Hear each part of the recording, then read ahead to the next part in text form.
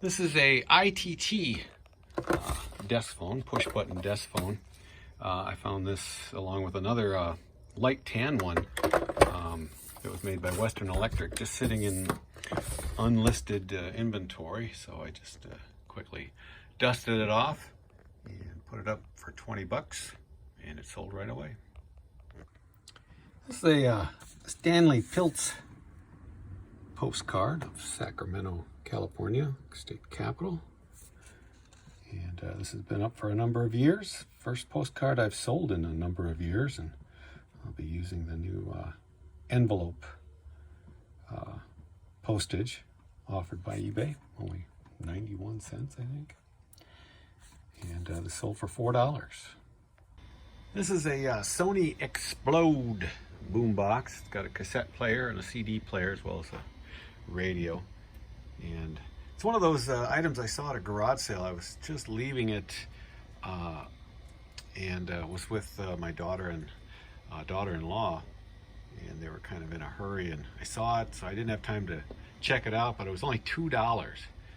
That's probably too good to be true, but I brought it home. Everything worked on it just fine. It had some paint splatters on it that I cleaned up, and it just sold for $100. This is a Pioneer turntable. I acquired this on Facebook Marketplace. Pretty cheap. It does have a lot of scratches and a couple of cracks in the dust cover. And it was missing a couple of the feet. I had to order those off of eBay. But put a new belt on it, different cartridge. And it sold for $250. It's a model of 115D. Pretty good turntable. This is an external speaker for a ham radio setup. Probably used mostly for that. And I wasn't sure if it was still new, but it sure looks that way. And it sold for $16. This is a Sprite cap, auto snapback hat, like brand new. Didn't think it would take this long to sell, but it's been up for over a year. It finally sold for 20 bucks. This is the second of a pair of J.C. Whitney catalogs I picked up for just a few cents. This is obviously for 1970. And again, these, as a kid, car crazy kid in the 70s, these were like the Bible. Everything to make your car stand out from the rest. Not in too bad a shape. And it sold for 11 bucks.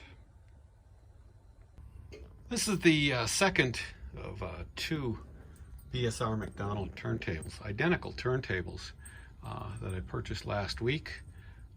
First one already sold. That one had its original box. This one does not, which is unfortunate because it takes a lot more time to pack them up. But this one sold yesterday for $175. This was just a extra in a box lot. These are very old wooden checkers made by Halsum.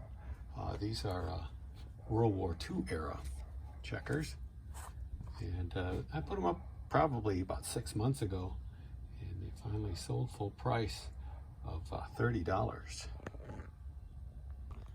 This is a 1969 Kenwood stereo, AM/FM receiver amplifier. I acquired this along with a bunch of other equipment very cheaply. I think I spent, well, it wasn't very much. This was almost just thrown in because he didn't know if it worked. I plugged it in and it lit right up, but I had to get in there and clean all the controls so it functioned properly. It's got a couple of defects back on you used to put your social security number on your equipment for theft deterrent. It's got a little discoloration there, but kind of a nice little amp. And this sold for, let's see, $150. This is some parts from a Telefunken console. It's the speaker crossover network. Normally I wouldn't probably try and sell this kind of stuff, but it is branded Telefunken, made in Western Germany, and that name commands the money. I was able to get $30 for these crossover parts. This is the soundboard and chimes from the Vibrachime unit that I disassembled. Been selling the parts. These little chime rods are struck when the keys on the keyboard are pushed and amplified. There's pickups here. And so this is just the soundboard, some wiring and plugs. And this sold for $150. Last week I included one of these TDK high-end tapes for free with a Napa Valley Box Company rack. And because they just don't sell that often, and of course right away I sell one just for $5. But it's funny, it's going to Portugal. Total amount of the order is $37.70 for this fairly common TDK 90-minute tape. Well, not my money. Right on time, football season starting, preseason games this week. In this trucker hat, commemorating a game that was played in 1987 against the Denver Broncos and the New York Giants, Super Bowl 21. Sold for $22. And this was just in a free box at the end of a driveway at a garage sale earlier this summer. Another opportunity presented itself when I saw this Facebook ad for these chair bases. The ad actually said Herman Miller, so I did a little research and they were offered for free.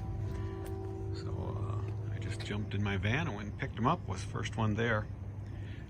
And there's 5 of them, and somebody just bought 4 of them for $40 each, 160 bucks. What do you think of that, Norman? Norman,